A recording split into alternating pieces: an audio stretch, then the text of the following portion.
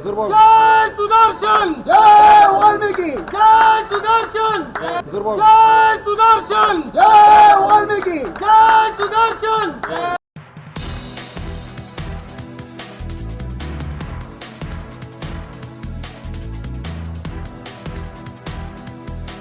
जो संस्था के माध्यम से हम लोग काम करते हैं, जन जागृति आह्वान बहुउद्देशीय सहकारी संस्था के माध्यम से हम लोग काम करते हैं।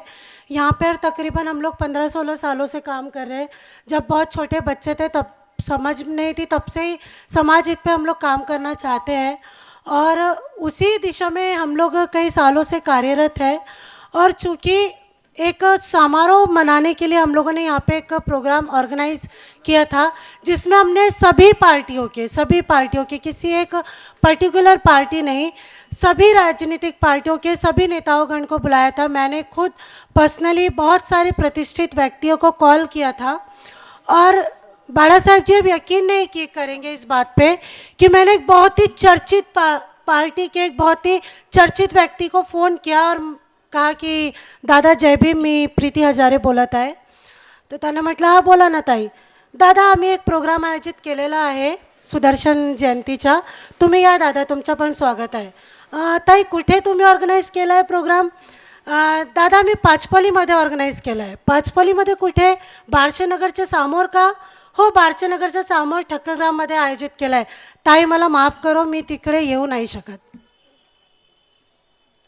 दादा ये शब्द थे और ये शब्द सुनने के बाद हम जैसे जब कार्यकर्ता जो बस्ती की आत्मा से जुड़े हुए, जब हम लोग काम करते और हमको ऐसे लोग जब ऐसा जवाब देते तो सोचिए हमें कितना बुरा लगेगा।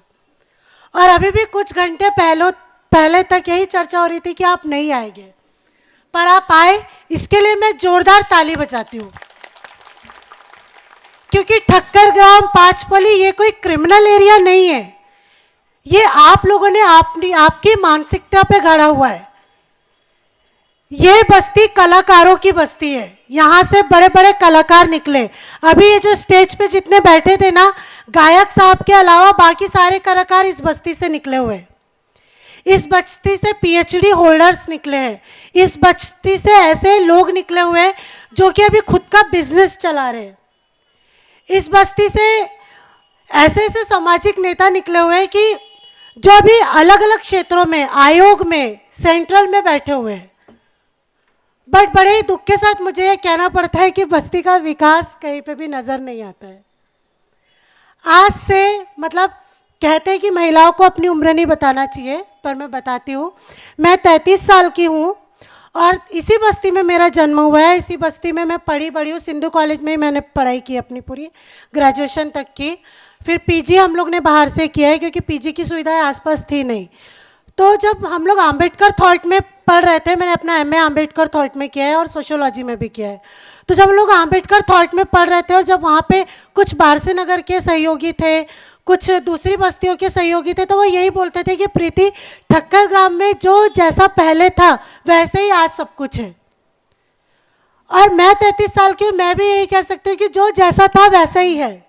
सिर्फ कुछ लोगों के घर फर्स्ट फ्लोर से सेकंड फ्लोर हुए हैं, बाकी बस्ती का प्रवेश द्वार, बस्ती में अंदर आने पे बस्ती की स्थिति, बस्ती के कुछ लोगों की अभी तक की मानसिकता वैसी की वैसी ही है।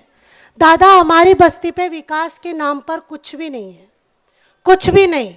हमारे पास एक सिर्फ छोटी सी एक लाइब्रेरी है, वो भी हमने बहुत झगड़ा करके, बहुत ही संघर्ष करके बनवाया था। उसको 2011 में हमारी समिति के लड़कों ने बहुत झगड़ा करके उसको बनवाया था। सिर्फ एक वो छोटी सी 600 स्क्वायर फीट की एक लाइब्रेरी है, वहाँ पे भी कोई सुविधाएं नहीं है। वादे किए गए हैं कि सुविधाएं कर दी जाएगी, बट वो वादे ही है। 33 साल का अनुभव ये कहता है मतलब कि अगर हम लोग उम्मीदें करें तो किस पार्टी से करें, कौन सी राजनीतिक पार्टी से करें। कुछ लोग हमको ये कह के नकार देते कि आप बीजेपी वाले हैं, कुछ लोग हमको ये कह के नकार देते कि आप कांग्रेस वाले हैं। और आज मैं भाषण दे रही हूँ यहाँ पे, तो शायद अब कुछ लोग ये कहने लगेंगे कि आप बहुजन वंचित अघाड़ी से। तो हम अपनी मांगे लेके जाए किसके पास? जब हमारे प्रोग्राम का जब पॉम्पलेट बना उसमें सभी राजनीतिक पार्टियों के लोगों का हम लोगों ने यहाँ पे दिल से स्वागत किया, दिल से उनको बुलाया। अगर सिर्फ एक पर्टिकुलर पार्टी वाले ही लोग आते हैं और बाकी के लोग हमको अपना मान के आते ही नहीं है। माफ़ कीजिएगा दादा, बहुजन वंचित अघाड़ी में भी मैंने फ़ोन किया था, पर किशोर कैथल जी पूरा टाइम यहाँ पर उपस्थित थे प्रोग्राम में, उसके अलावा कोई नहीं था। तो दादा जब वो बाकी के लोग नहीं आते हैं और सिर्फ एक पर्टिकुलर पार्टी से लोग आ जाते हैं, इसका मतलब ये नहीं कि पूरी बस्ती उस पार्टी के फेवर में। मैं सही हूँ या गलत हूँ?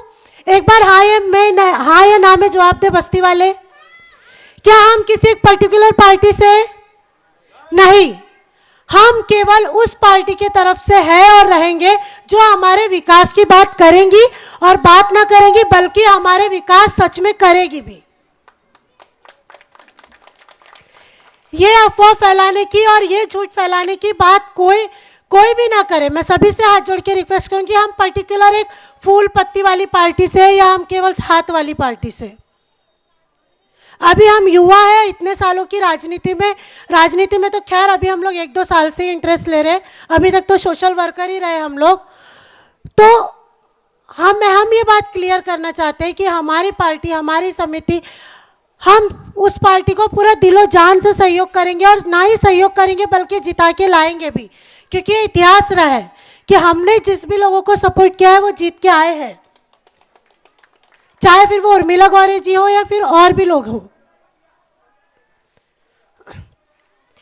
और हम उसी को सपोर्ट करेंगे जो ग्रास रूट लेवल पे काम करता है, जो ग्रास रूट लेवल से आके सामने आके लोगों के साथ जुड़ के काम करता है। केवल किसी एक पार्टी से हम नहीं है, ये बात मैं दादा आज आपको भी क्लियर करना चाहती हूँ और यहाँ पे बैठे हुए सारे लोग भी इस बात को अच्छे से समझ ले और आप भी इसे केवल उसी पार्टी का सपोर्ट करें, चाहे फिर वो बहुजन वंचित अघाड़ी हो या कोई भी हो, उसी पार्टी का सपोर्ट करें जो पार्टी सच में हमारी बस्ती का विकास करने के लिए तत्पर है और जो हमें कमिटमेंट करते हैं। No commitment no vote.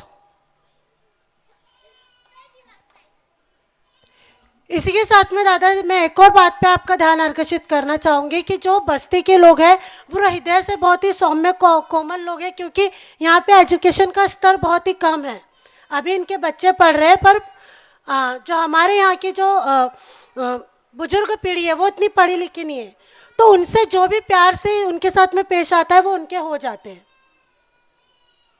और दादा अगर आपकी भी पार्टी अगर हमें यहाँ पे कमिटमेंट करती है कि आप सच में काम करेंगे तो हमारा वोटिंग बैंक, हम भी हृदय से आपका स्वागत करते हैं।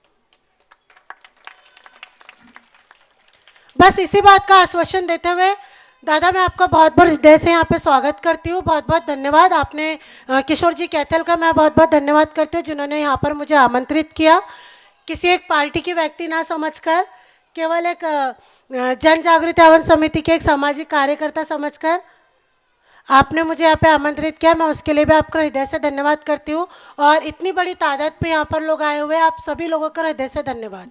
Thank you. सबको जय भीम।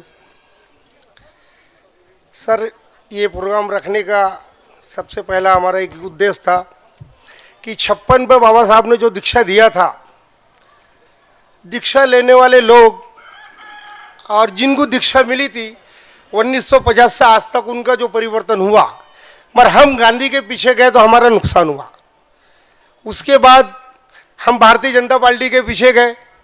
हम इस देश पे और इस महाराष्ट्र पे हमारी बहुत बड़ी संख्या है वाल्मीकि सुदर्शन समाज की, मगर हमको एक अलग अलग नाम से जाना जाता हर राज्यों पे, कई चूड़ा चमार, कई भंगी, कई कुछ। तो हम यही बोलना चाहते हैं बाबा साहब के माध्यम से, हमारे आम्बेडकर साहब के माध्यम से, कि एक हमको एक जीने की नई राह मिले और हमारा अच्छा परिवर्तन हो और जिसके साथ हम जाते हैं उनकी सत्ता होती है।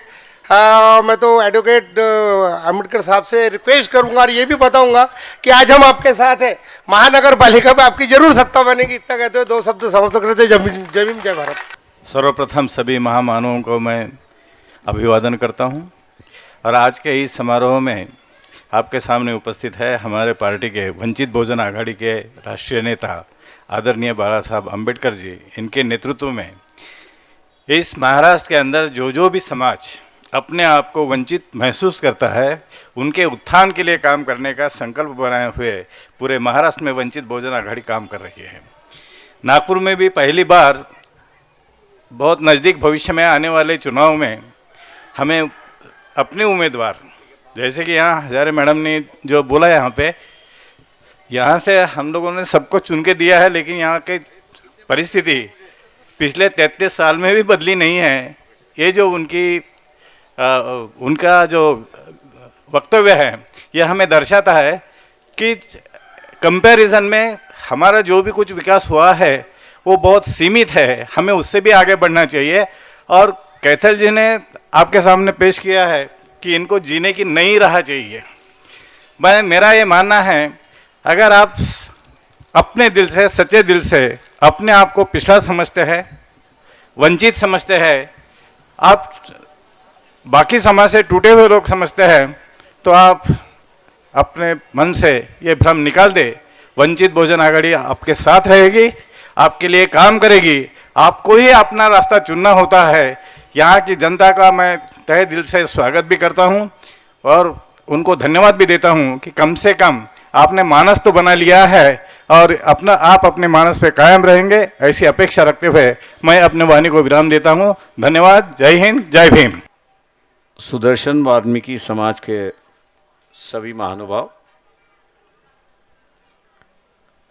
आज इस सम्मेलन में उपस्थित हुए सभी दोस्तों, भाइयों और बहनों,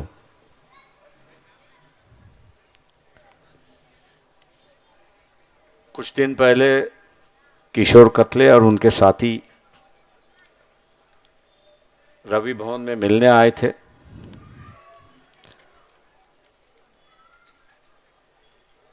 और उन्होंने एक प्रस्ताव रखा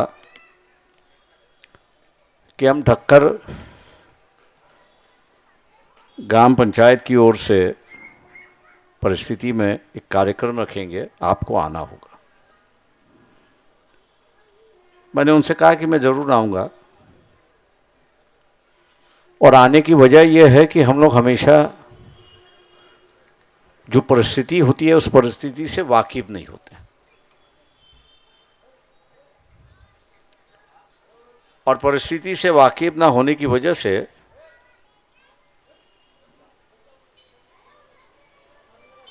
हकीकत से हम लोग कोसों दूर रहते हैं। कई लोगों को जानकारी होगी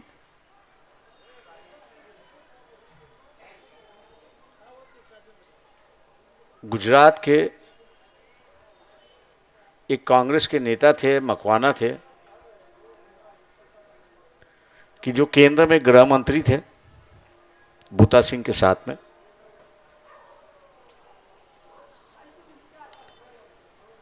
तो एक चर्चा उस वक्त शुरुआत हुई, बूटा सिंह और मकवाना दोनों के बीच में, कि हम लोग ने समाज के लिए कुछ तो भी करना चाहिए।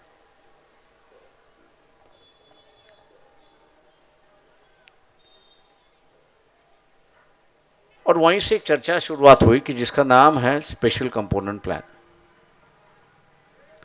विशेष घटक योजना करके नाम से हम लोग मराठी में उसको जानते हैं।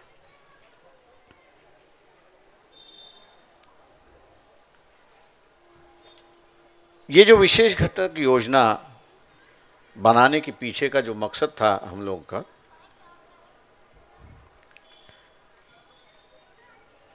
वो यही था कि समाज का व्यक्ति हो, समाज का नेता हो, वो किसी के सामने गिड़गिड़ा ना सके।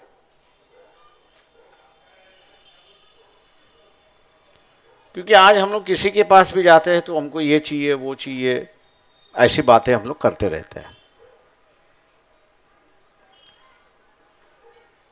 तो इससे छुटकारा होना चाहिए। और फिर उस वक्त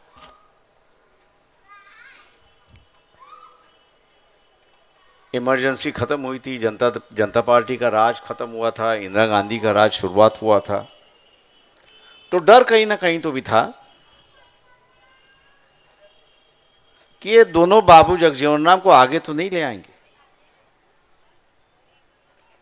और इसी डर का जो है वो हम लोग ने फायदा उठाकर कहा कि आप कांग्रेस में इसको रख दीजिए कि इसको मंजूर नहीं होगा तो ये लोग दोबारा बाबू जगजीवन राम के साथ में जाएंगे।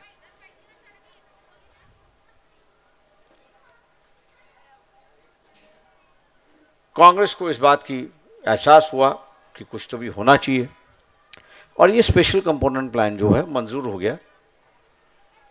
वो सिर्फ एससी के लिए था, एसटी के लिए था, और केंद्र का बजट जो है वो केंद्र का बजट जो है संख्या के मुताबिक 15% अगर शेड्यूल कास्ट की पॉपुलेशन है तो 15% बजट का इन पर खर्च होगा।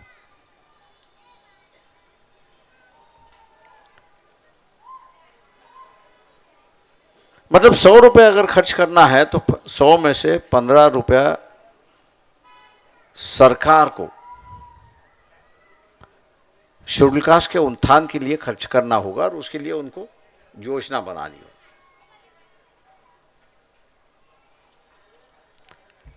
उसके बाद में ये चर्चा हुई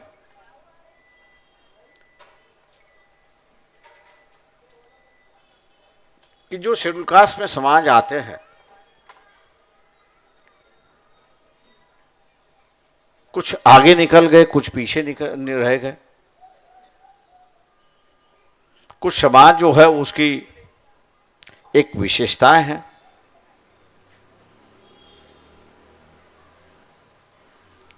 और इसी विशेषताएं को लेकर बजट की योजना बननी चाहिए।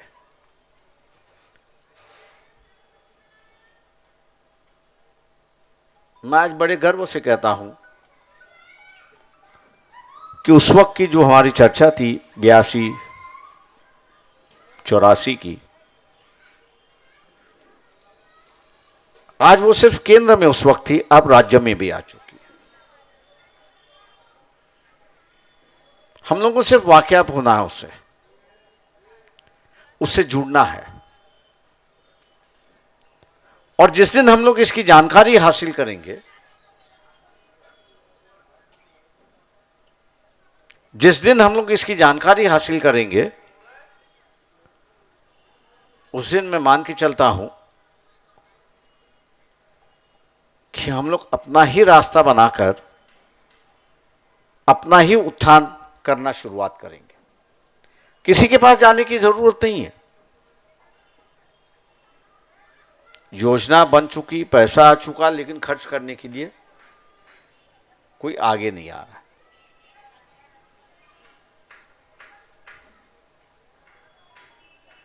हम लोग की सोच जो है वो थोड़ी हम लोग को बदलनी होगी। हम लोग का तरीका जो है वो हम लोग को बदलना होगा। हम लोग आंदोलन क्यों करते हैं? कुछ मिलना चाहिए इसके लिए। लेकिन जब मिल चुका है तो उसके बाद में क्या? तो उसके अमल पर हम लोग ने सोच देना चाहिए। और हम लोग का तौर तरीका जो है वो अमल करने के लिए जो जो जरूरी है वो हमको करना होगा। और ऐसे ही अगर हम लोग बढ़ते रहेंगे तो मैं मान के चलता हूं, क्योंकि सुदर्शन वाल्मीकि समाज के लिए केंद्र सरकार हो, राज्य सरकार हो, इनका शेड्यूल कास्ट के अंदर अलग से बजट है, अलग से हेड है। चमारों के लिए हो, बौद्ध के लिए हो, ढोर हो, वहां पर हो, उनका एक हेड है, वो सभी इकट्ठा है। लेकिन सुदर्शन वाल्मीकि समाज जो है उसका एक अलग से हेड बनाया गया है और कहा दिया है कि इसमें से 4% जो है, 15% में से 4% जो है वो इन पर खर्च किया जाए। अगर महाराष्ट्र सरकार का हम लोग अगर बजट देखते हैं तो महाराष्ट्र सरकार का बजट जो है करीब करीब 2.5 लाख करोड़ का है। अगर ये 2.5 लाख करोड़ में से आप 12.5% हम लोग यहां हैं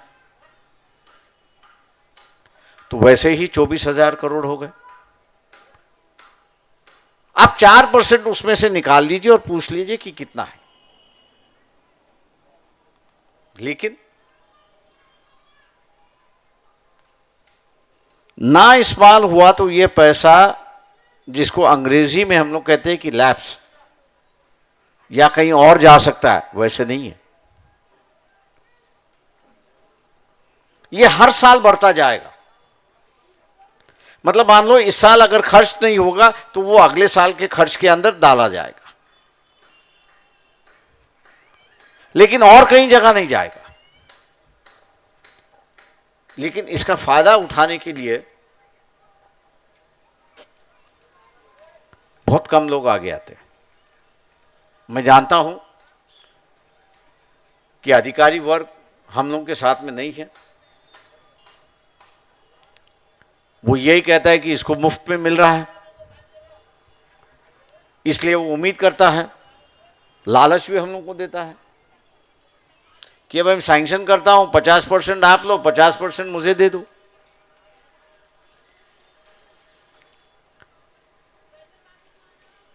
ये तौर तरीका बन चुका है, मैं उसका ना नहीं कर रहा हूं। लेकिन अगर हम लोग डटते रहे और सही तरीके की अगर योजना बनाते रहे, जैसे हजारी ताई ने कहा कि कुछ ही मकानों में 1 फ्लोर बढ़ चुका है, तो मकान बनाने के लिए भी उस योजना में पाबंदी रख दी गई है, प्रावधान किया गया है। सभी के एक और मंजिला चढ़ सकता है, लेकिन प्रतिनिधि होना जरूरी है, ऐसा मैं मानता हूं, और एक सही प्रतिनिधि। हम लोग दूसरे पर निर्भर रहेंगे तो शायद मेरे ख्याल से अपनी गर्दन कटवा देंगे, क्योंकि हम निर्भय हो जाते तो किसी के कंधों पर अपनी गर्दन कर रखते हैं। अपनी गर्दन अगर किसी के कंधों पर रख दी तो छुरी चलाना बहुत आसान बात है, और एक दफे छुरी चल गई जो सिर एक तरफ और अपना बदन एक तरफ, ऐसी परिस्थिति होती है। इसलिए यहां कोई उत्थान के लिए आएगा या मुझे कोई मार्गदर्शन करने आएगा, इस सोच में मत रहिए। जैसे बुद्ध ने कहा कि स्वयं प्रकाशित हो, आपको उसी तरह से आपका उत्थान आपको ही करना होगा, और कोई आएगा नहीं। आपका उत्थान क्यों करे?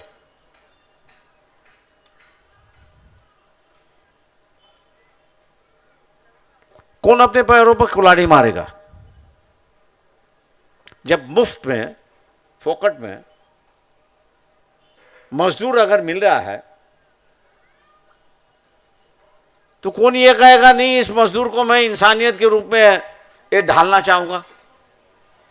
वो तो यही देखेगा कि मुफ्त में जो मजदूर मिल रहा है, मजदूरी मिल रही है, मैं उसी को पकड़ के चलूं। ये मानसिकता है।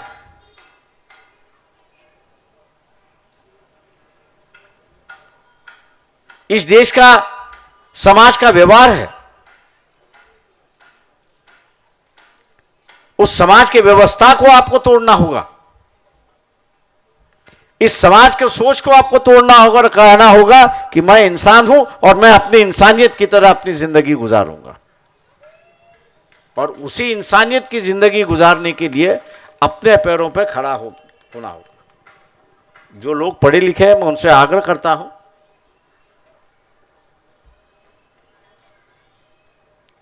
जो लोग पढ़े लिखे हैं, मैं उनसे आग्रह करता हूं कि आपके पास मोबाइल तो होगा ही,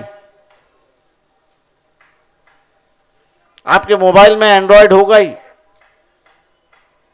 आप में मोबाइल में इंटरनेट होगा ही। आप खाली उसमें इतना ही लिख दीजिए कि भैया वाल्मीकि समाज के लिए योजना क्या है महाराष्ट्र सरकार की, आपको तुरंत आ जाएगी, जानकारी होगी। और उस जानकारी के मुताबिक फिर मैं किस योजना में बैठ सकता हूं, आप उसको तय कर सकते हो, और फिर उसी के पीछे हम लोग लग सकते हैं। आज हम लोग का हाथ फैलाने की जरूरत नहीं। मैंने जैसे कहा, मैंने मकवाना जी से कहा था कि ये योजना तो हम लोग बनाएंगे, लेकिन याद रखना कि आपको और कांग्रेस वाले कभी भी ना राज्यसभा ले आएंगे ना लोकसभा ले आएंगे। दुर्भाग्य है कि उसने कहा मैं अगर कुर्बान होना है तो मैं होने के लिए तैयार हूं, लेकिन इसको बना के ही रखेंगे। तो उसको बना के दी, लेकिन 86 के बाद कांग्रेस ऐसी पार्टी है कि उन्होंने अपने गृह मंत्री मतलब बूटा सिंह के साथ में स्टेट होम मिनिस्टर थे, ना कभी राज्यसभा ले आए और ना कभी उन्होंने कहा कि मैं लोकसभा अपनी जीत भी सकता हूं, लेकिन उनको उन्होंने कभी नुमाइंदगी नहीं दी।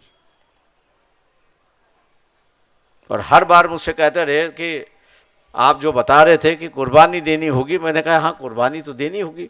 मैं कहा और थोड़ी सी हिम्मत करो, तुम इंडिपेंडेंट लड़ लो, हम लोग प्रचार के लिए आपके आते हैं। लेकिन उन्होंने हिम्मत नहीं दिखाई। आज भी गुजरात में है वो, लेकिन एक योजना बना के गए कि जिससे हम लोगों को दूसरे के सामने हाथ फैलाने की जरूरत नहीं है। मैं आज वही उम्मीद आप लोगों से करता हूं कि बहुत सारे सवाल हैं।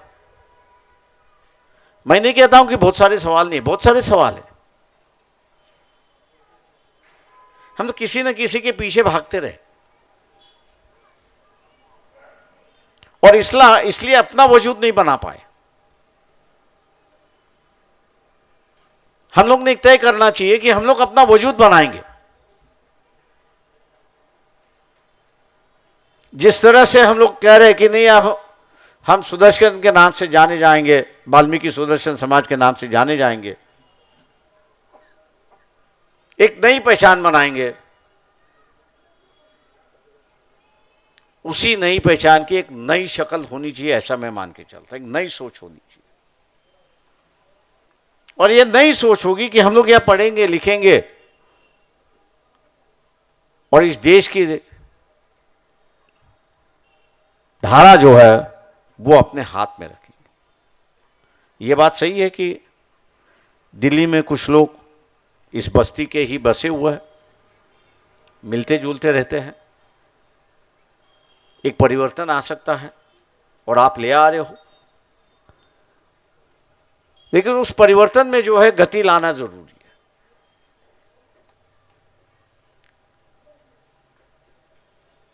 आज ये काफी बड़ी पैमाने पर प्रचार किया जाता है, यार भैया डिग्री लेने के बाद तो नौकरियां नहीं मिलती, फिर क्यों पढ़े।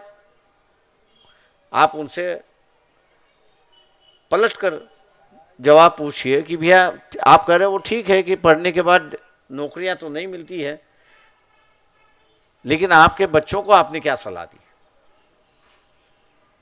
आपके बच्चों को भी ये आपने सलाह दी कि भैया नौकरियां नहीं मिलती इसलिए आप डिग्री मत ले लो, ऐसा सलाह दिया है। अगर आपने ये सलाह दिया है तो हम मानने के लिए तैयार है।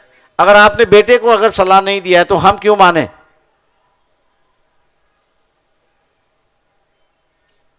पढ़ना लिखना डिग्री मिलना, इसका मतलब यह है कि इस देश में वर्तमान में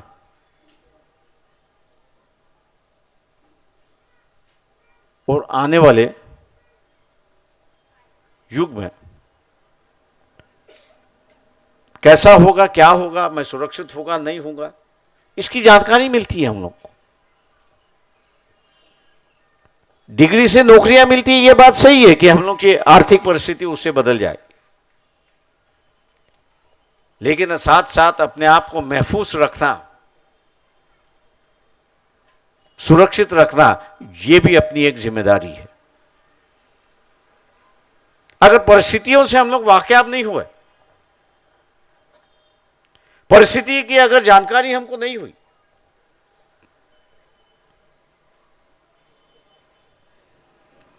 तो आने वाला समय क्या होगा इसका क्या पता होगा। आज संविधान है इसलिए आजादी है, संविधान है इसलिए इज्जत है। कई लोग कह रहे हैं कि इसका संविधान बदलना चाहिए। मैं उनसे कहता हूं ठीक है भैया, बदलना चाहिए, उसमें कोई दो राह नहीं है, लेकिन जो नई संविधान होगा उसमें मेरी आजादी का क्या होगा?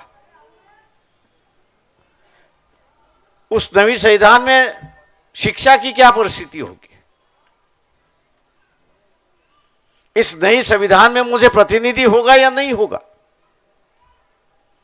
इस नए संविधान में मुझे मतदान का अधिकार होगा या नहीं होगा?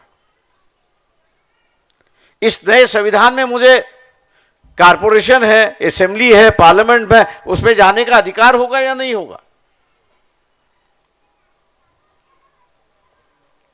अगर यही सभी बातें हैं तो फिर बदलने की जरूरत क्या है?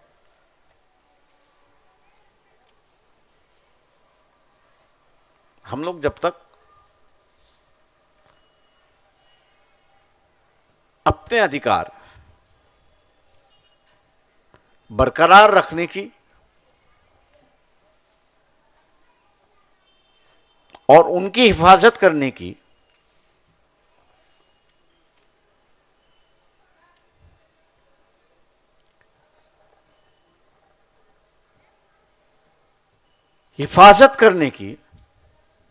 कटिबद्ध नहीं होते,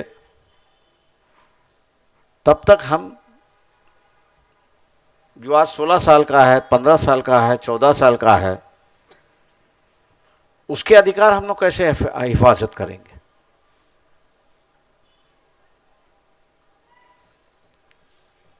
व्यवस्था के अंदर परिवर्तन आया, परिवर्तन ने हम लोग को इज्जत दी, परिवर्तन ने अधिकार दिया। आज यही परिवर्तन जो है हमारे बाद में जो पीढ़ियां हैं उनको वैसे की वैसे मिल दीजिए। बदलाव की जब बात आती है तो मैं हमेशा कहता हूं कि बदलाव क्या होगा, ये पहला सवाल हम लोगों ने करना चाहिए। बदलाव के अंदर अधिकार की महफूज होती है तो उसको बदलना मैं समाज व्यवस्था के लिए हित का मानता हूं, लेकिन अधिकार अगर महफूज नहीं है तो वो बदल गलत है, समाज के खिलाफ है और आने वाली नस्लें जो है उनके खिलाफ है। आज हम लोग की जो जिम्मेदारी है वो आने वाले नस्लों की अधिकार बरकरार रखने की, ये हम लोग की एक जिंदगी का मकसद है, ये मानना जरूरी है। और इसलिए इन बस्तियों में कोई आना चाहता, कोई नहीं आना चाहता, जिसका लगन है वो आते हैं, जिसका लगन नहीं है वो नहीं आते। मैंने कहा इस बात को हम लोग ने जो है काफी महत्व नहीं देना चाहिए। मैं हमेशा कहता हूं कि संविधान ने हमको अपना दिल का राजा बना दिया। इस संविधान ने हमको दिल का राजा बना दिया है, तो हम अपना दिल जो है किसी के पास कैद क्यों रखें? किसी के इशारे पर क्यों चले? किसी को अच्छा लगे इसलिए क्यों चले? जो हम लोग को अच्छा लगे उसी इरादे से हम लोग ने चलना चाहिए। और मैं उम्मीद करता हूं कि आप जिस इरादे से जाना चाहते हो, तय करना चाहते हो, वो इरादा इंसानियत का होगा, भाईचारे का होगा, अधिकार का होगा, और वही परिस्थिति बदलेगी, ऐसा उम्मीद करते हुए आपने बड़ी गहराई से मुझे सुना, इसके लिए मैं आपका धन्यवाद करता हूं।